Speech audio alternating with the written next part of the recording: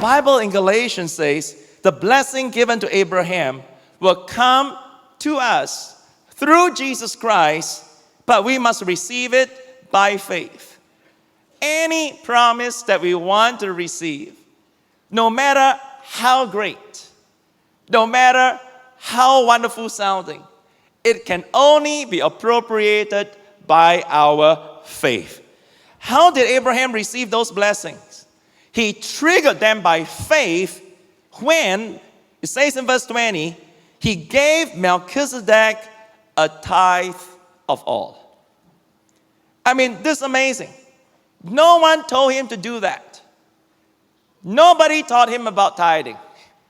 He lived 500 years before the law. Moses was not yet around, but he gave a tithe. You see, the tithe means 1/10 or 10%.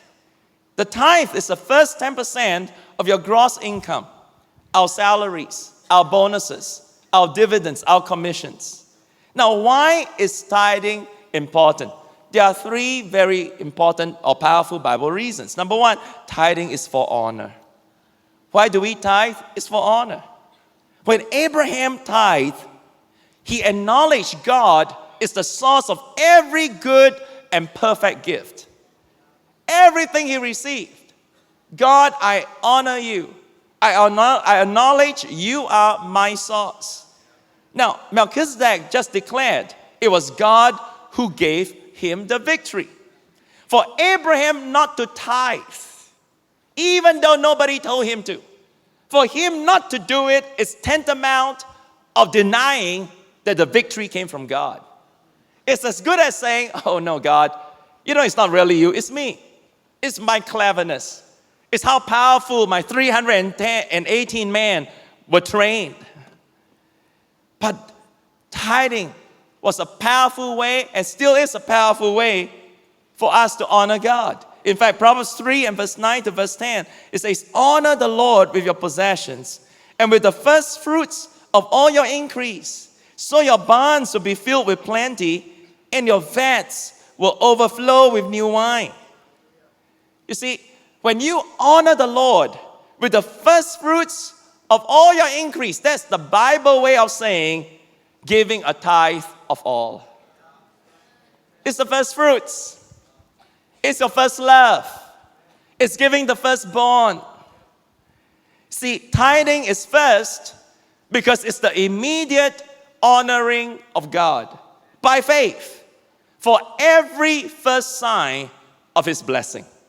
And that is why it's called giving the first fruits. You're not giving the leftover. It's not the rotted fruits. It's not the leftover fruits, but it's the first fruit. You make it a point. The moment you get your increase, your income, first 10% automatically goes to God.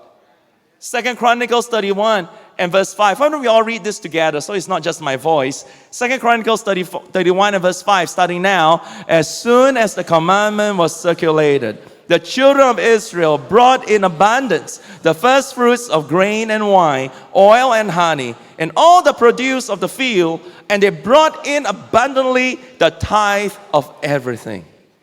Bring the first portion is giving the best portion.